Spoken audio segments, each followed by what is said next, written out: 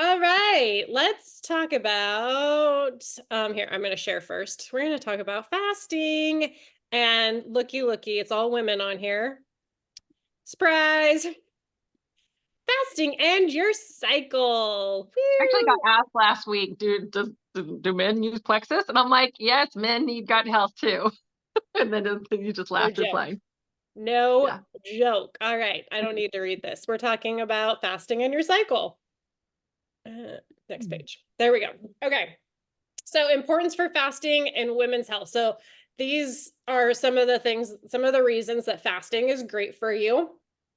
I will just put the asterisk in here right now that you can fast in a negative way and you can fast in a positive way. And that's part of why we're going to discuss specifically fasting and your cycle. It's almost like cycle syncing kind of idea, not necessarily like, oh, look, girls, we all have the same cycle. Woo. No, this is focusing a little bit differently. Um, And the reason women would want to look at fasting with their cycle is our bodies, with our hormones fluctuating, we have to feed our bodies differently. We're going to have different energy levels. Like, we all know this. We've all experienced the PMS situation. Your energy is fluctuating through PMS, and that is your hormones fluctuating, is what all that is. So, we're going to talk about some of the benefits, the different phases of your cycle, when to fast, like what kinds of fasting during your cycle, when to like back off of the fasting and that kind of stuff. So one of the things is it does promote metabolic flexibility. So that means that your body can burn different stores for fuel source. So it's not like a lot of people know that carbs get you like the fast energy. For like endurance athletes, we have to eat a little bit more carbs because of the way we have to burn when we're running long distances. But your body, when you fast for an extended period of time, your body actually goes into a fat burning mode, and uses that for energy, and that's where you really get that metabolic flexibility that we're talking about here. Fasting can help balance your hormones. And it talks about the different hormones specifically that we can look at helping balance. Insulin is a huge one. We talk about insulin a lot here with blood sugar, estrogen, and leptin. It improves insulin sensitivity. Speaking of, we talk about insulin a lot around here. This is a huge one. I'm going to talk a little bit more about insulin as we go through this too. But if you know anyone with PCOS or you have PCOS, you know the importance of blood sugar regulation, because actually PCOS is an insulin resistant disease. Essentially, it's stemming, your PCOS is stemming from insulin resistance. Obviously diabetes is insulin resistance as well. Any level of diabetes, this says type 2, pre-diabetic is also insulin resistance. So when we're abstaining from food, we're teaching our body to be more sensitive, not resistant, sensitive. That's what we want. And it also helps support cellular repair. So when we fast for a certain period of time, and I've talked about autophagy on another one of calls, so I'm not going to go into it really deep. But essentially, what our body does is it repairs damaged cells in autophagy, and that helps us like turn over. Essentially, we're repairing broken things, broken down. You're basically taking your car and you're fixing it up, is kind of the idea. So we're reducing risk of chronic diseases. It has been shown to be very beneficial and actually eat away certain cancer cells, and help healthy tissue growth. Okay. Oh, more benefits. Reduces inflammation. This is a huge part of autophagy. If you have ever done the reset, you definitely should have experienced this reduction of inflammation. I have people that are halfway through day one of the reset, and they message me and they're like, my chronic pain is gone. And halfway through a reset. And Oh, it's their body has entered into autophagy, and that inflammation is being decreased, which is so incredible and beautiful. And inflammation, silent killer, underlying all kinds of health issues like PCOS, endometriosis, those kinds of things too. um Adaptogenic effects on stress response. So fasting triggers activation of stress pathways. stress response pathways, that is cortisol. So when we're talking about stress hormones, we're always talking about cortisol. And the body learns to adapt to those stressors and become more equipped and resilient to those stressors. So we do have to be careful when we're elevating cortisol, because fasting elevates your cortisol levels. So sometimes we have to be careful of where we're at there. However, if you teach your body to be more adaptable to that stress response, it's going to eventually end up at a lower stage too. It supports weight management. So a lot of people use fasting to help them reduce weight. And also you guys know, I think I practice intermittent fasting every single day. My intermittent fasting is about a 12 to 14 hour fast overnight. So it's not a big long, I'm not doing 16/8 or 24 or anything like that. So it doesn't have to be specifically for weight loss goals. However, a lot of people will use that, and that's because you are getting into that fat burn zone. You're also reducing, if you reduce the hours that you're eating, you're going to reduce your caloric intake a lot of the times as well. Enhances brain function. So there's neuroprotective effects that may support cognitive function and mental clarity. Once again, going back to the reset, I know Elise, this is one of Elise's favorite things, is it's like her get-ish done, like tons of mental clarity that she has when she's doing the reset, because these pathways are opening up. Your neurotransmitters are like firing, and there's growth and maintenance for brain cells. Like, how cool is that right there? Okay, so those are some of the benefits. Now we're going to talk about your cycle and specifically fasting in the various different stages. So the menstrual phase, that is when we are menstruating, favorite time, right? So some symptoms that you may experience here is fatigue and discomfort. Light fasting or a focus on nourishing foods can be beneficial at this time. So light fasting, we're not talking about necessarily doing a reset. We're talking about more of like a 12 to 14 hour fast, maybe 16 hours, not pushing that too far, because it is important to get nutrient dense foods in this time to help support your energy levels and replenish those nutrients that you're losing. I don't know. I know I'm not alone on this. I'm not sure how many of you experience it. I know my digestion gets a little funky my first couple days. And if you think about what's happening, you're cramping, right? Your body is cramping to release that uterine lining. So your digestive system is getting kind of squished, and it's an unusual situation. So it's normal for your bowel movements to change a little bit in this time. So you don't necessarily want to eat something like super heavy that's going to be hard for you to digest. I think Joy's got some input here. Go for it. Yeah, and it's also progesterone hormones raise up, and that actually it has a laxative effect with our bowels. So, so that hormone swing causes us just to the gut to flush things out. Our body just says, let's clean everything out with that. I typically am not constipated during these days. Also super important to emphasize hydration here. I will tell you, I don't know who else here has noticed it. My first couple days, it's my first day especially, that's when I'm a little bit crampy. I am all over the hydrate and I'm fine. If I am not hydrated, those cramps will put me to the floor. That's why sometimes I'll take an Epsom salt bath, magnesium, electrolyte. Okay, so something really important here is staying hydrated. Okay, so we good. Phase one. I always look at this as the end of my period. But if you look at the cycle, it's like the beginning of your cycle. If you're like, hey, when was the last day of the first day of your last cycle? Whatever. When they ask about like trying to figure out how long you've been pregnant, they base it off of when you last shed your uterine line. I don't think that makes sense personally, but it's an easy date for them to remember, I guess. Okay, so the next phase. It's because they know when you likely ovulated after that. Yeah. like 2 weeks. So Yeah. that's why. I don't know. I think it's kind of weird though, because that's like the first date of you not being pregnant, right?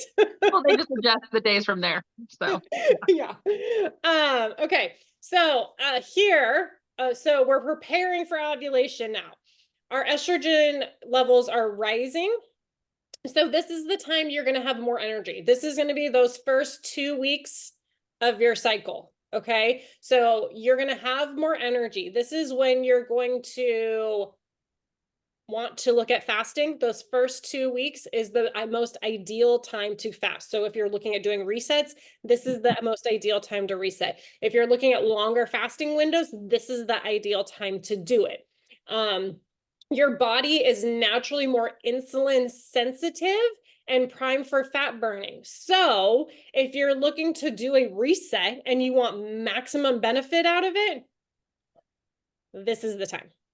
Okay, this 2 week window that you have is going to be the most beneficial for you. Nutrient dense meals with a balance of carbohydrates, proteins.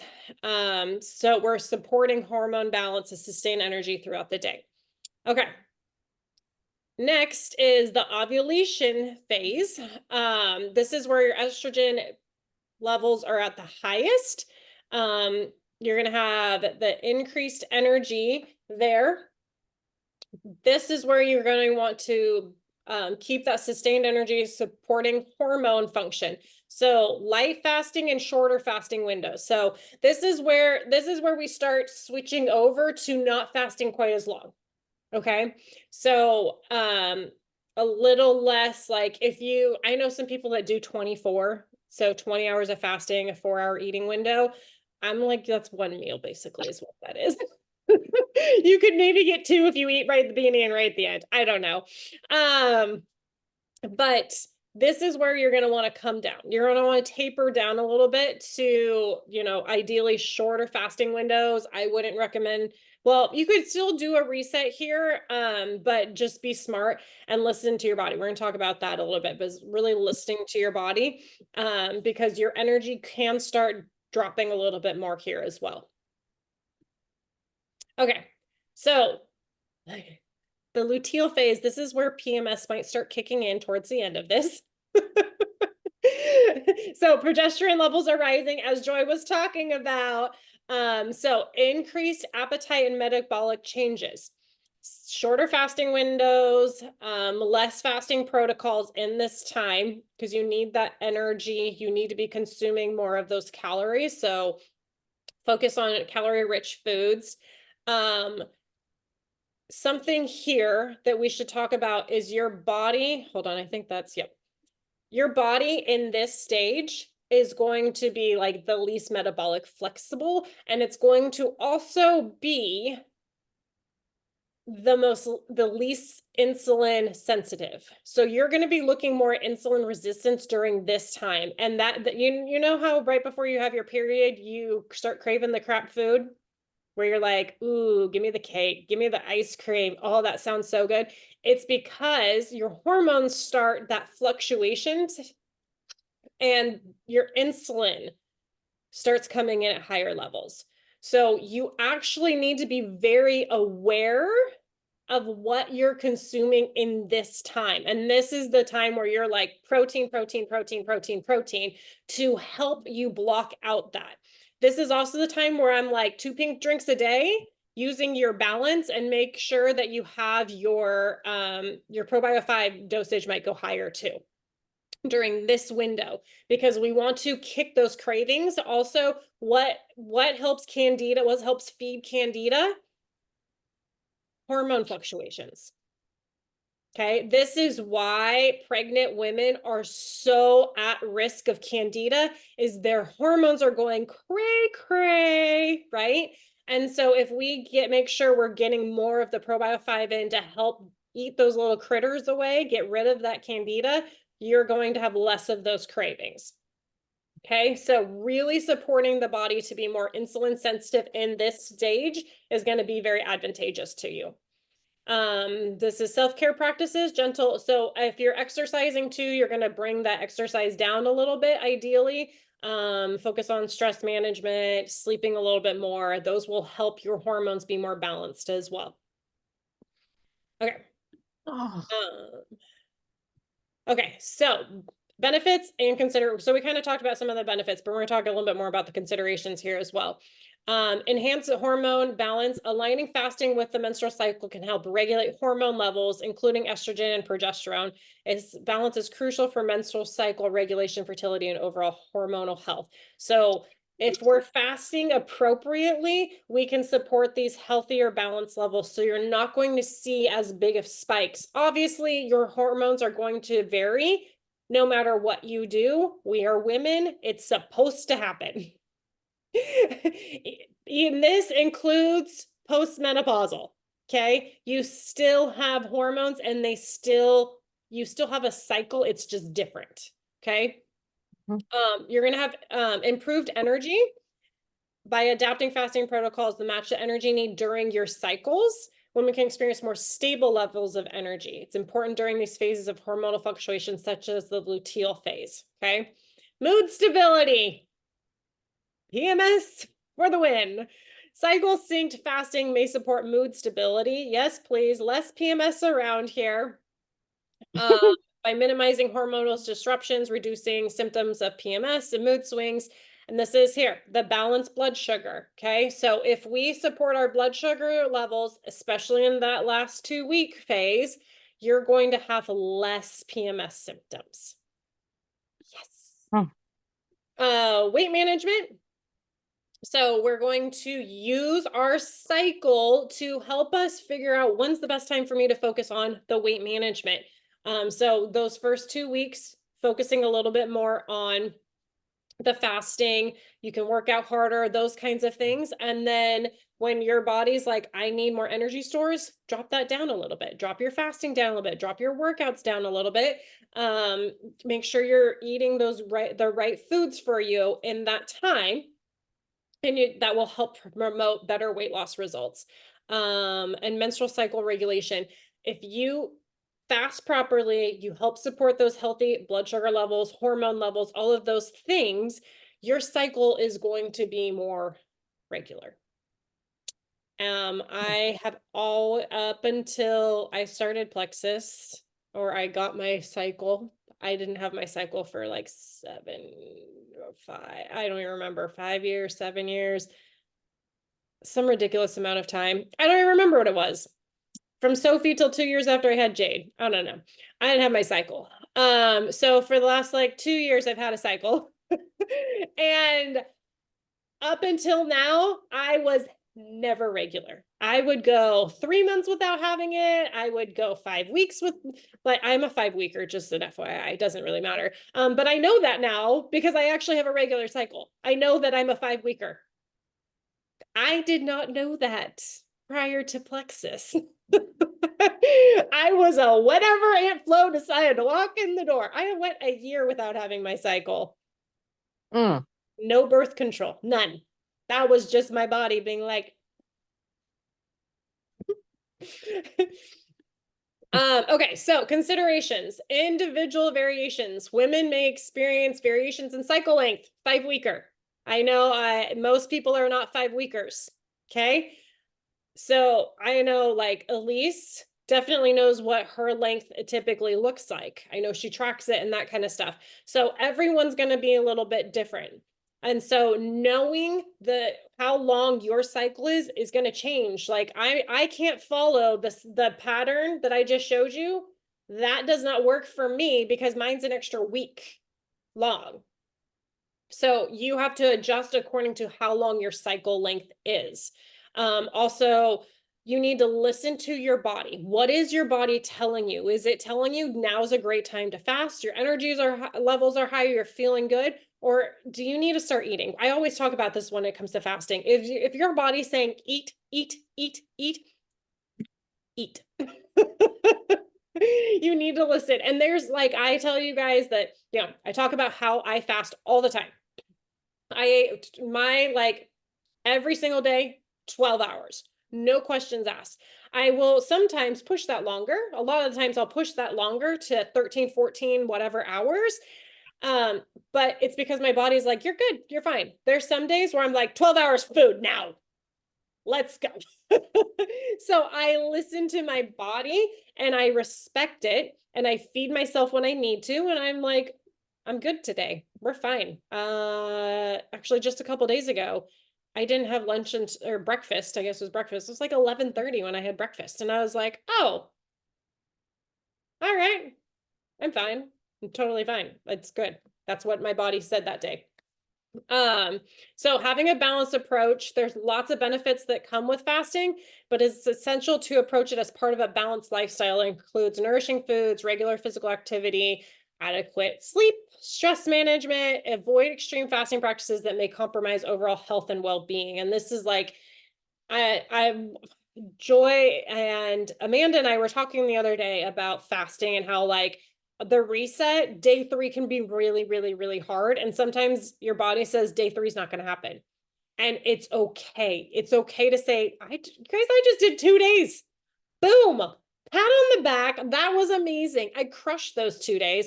My body said no to 3 though. That's okay. I'm going to respect that. I'm just going to do 2 days. I did great. Okay. So really being aware of what you need to do, what's best for your body. And if you go too hard, too much, we were talking about some of those negative effects that can come in. And maybe this is the last page. This is the last page. I'm going to stop sharing my screen since that's the last page.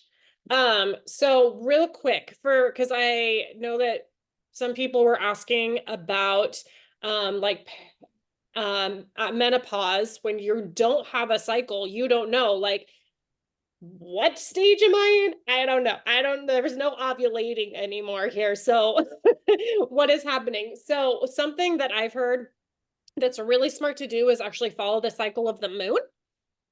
Because your body is still having hormone fluctuations to the same degree. No, because you're not ovulating, you're not menstruating. Okay. So if you want to follow a cycle, you can look at the moon and follow the cycle of the moon, basically. That would be a good way. You can also just track your body, listen to your body. When do you feel that 2-week span of like, I have higher energy is? When does your energy tend to like drop a little bit more? When do you get a little bit more moody? That's going to be the second half kind of idea. So you can just tune into your body and you can chart that too. You can use the menstruation app and like charting it and be like, PMS today. Boom. And just kind of start seeing, like, do it for a few months and see like what kind of cycle am I seeing in my day to day here. So there is still something to follow and be aware of. And I'm just one of those, like, listen to your body. What is it saying? What do you need? And there's like, check in with yourself. What do you need, sister? Does anybody have any questions? On this moon thing, I've never followed that before, so I don't really know a whole lot about that. Kind of old school here. So um, I knew how to do mine by counting. I always marked it on my calendar. I knew exactly when it was going to happen. And now, well, mine came just suddenly, just one day I woke up and didn't have one anymore. I had no hot flashes. I had no issues whatsoever, nothing. It just stopped. That's So awesome. like, did I go through menopause? Was this it? I didn't know. So I was like this, no joke. I've been like this for 3 years now. And nothing. So, so the other day I actually had that year checkup thing going on and the doctor says, "Oh, how are you doing with your postmenopause?" And I was like, "When did menopause happen?" That's Uh, so funny. I my girlfriend that I live with she's dying all the time. Like she has these hot flashes. It looks like she's just gonna die, and I've never felt anything. I don't understand. When does it start? You know? So I guess I guess I'm lucky there, but I will tell you, I went through the whole I had a very rough period as a young girl. I started very early. They were horrible. Blood, blood, blood, blood. I had to stay home literally for 5 days every single month during my school life. Oh my I gosh. had to stay home. There was no going to school for me, none whatsoever. Even the teachers let me out of it because, yeah, it would be a mess. Um, and it's a horrible way, especially for a young high school girl to go through that. And, I had to stay home. I had to, there was no choice. And I went through that clear through my adulthood until one day I couldn't take it anymore. And I started having issues with vitamin levels dropping and things just not Oh doing yeah. good. And I went in and had an ablation, and that was it. It was over with for me. Um, and as far as menopause goes, after that ablation, I had 2-day periods. I mean, honestly, ladies, I think I earned them. I really did. You I put your earned dues them. in early. And an No more yeah, and then cramping for this girl menopause. because Yeah. I laid in a ball for days, just dying. And I would get cranky, and I'm not joking you when I tell you my mother would open up the bedroom door and throw a Snicker bar at me and then shut the door. That is Serious. amazing. She'd just throw a Snicker bar in and shut the door and leave me there for a couple of days. And then I would kind of come out, it's kind of like deer in the headlights, you know. I'd creep out and I'd slowly go into the kitchen and want something healthy to eat, because I craved healthy food. It was weird. I had one day and I had to have that Snickers bar and candy or whatever, just that one day. And then I was like, it's over with. Now I want some food. How do I get out there and get that and not be noticed? Because teenager, you know how, you go in your room, that's your whole world is in there unless you're with your friends. And so, yeah, I'd just lay in a ball for days. It hurt so bad. Oh They man. were cramped like nothing I mean, it was horrible. My mother took me to the doctor. They had tests run on me. It was terrible. And I lived that way once a month for 5 days. Well, this is your Yeah. redemption season of not having menopausal like side effects, then, Man, I think, I'm after all telling you, those it's years. great. It's been great, honestly. Well, and you're 2 years in on Plexus products too. I was going to so- say, Yeah, how long and have you been so- taking it? Because that helps a ton. I Oh, yeah. really honestly think that Plexus caught me right on time. Like I think I just didn't have it. It just didn't happen. Mhm. So when I went into the doctor and she was asking me all this stuff, I'm just like, what? I don't know what you're talking about. I remember you Yeah, mentioning what? that you bled some after you first got started. Because I remember Yeah, you telling me like, yeah, the only just- thing I had, ladies, is all of a sudden I noticed my skin was a little dry, things are a little drier. And that was it. Perfect. And the hot flashes that I thought I was having, that lasted for about a week. They weren't hot flashes, it was allergies, ladies. I am really allergic to ryegrass. and you're in the grassy capital of the world. Exactly. That's where you And live now. so a few allergy shots and some Plexus in, and I haven't had allergies yet this year, knock on wood. So it's great. Mhm. But menopause doesn't have to be bad, ladies. It really doesn't. And this No. product, I'm pretty sure, has a lot to do with what's happened with me. But I didn't even know I had it. I was like, what? I did what? Oh, really? Cool. What's Yeah, next? I would just kind of look at the moon cycle, and you can also you can Google moon cycle Okay. cycle. It's full right now. It is a full moon right now. I was going to say, I think it's today or tomorrow. Is Mhm. it? Yeah. Okay, and that So being yeah, you said- can Google cycling with the moon cycle or something like that. It's And even on, if you have an iPhone, it's on the weather app. The moon is on there oh yeah. at the bottom. Yeah. Cool. Yeah. Yeah. Yeah. So Okay. you can look that up and kind of start tracking if you want to kind of figure out fasting and that kind of stuff. I think Yeah. that would be Tomorrow is officially the full moon. It might be Full tonight moon. because it's usually in the middle of the night. yeah. Does anybody else have Oh. questions? Thank you. You're welcome. Yeah.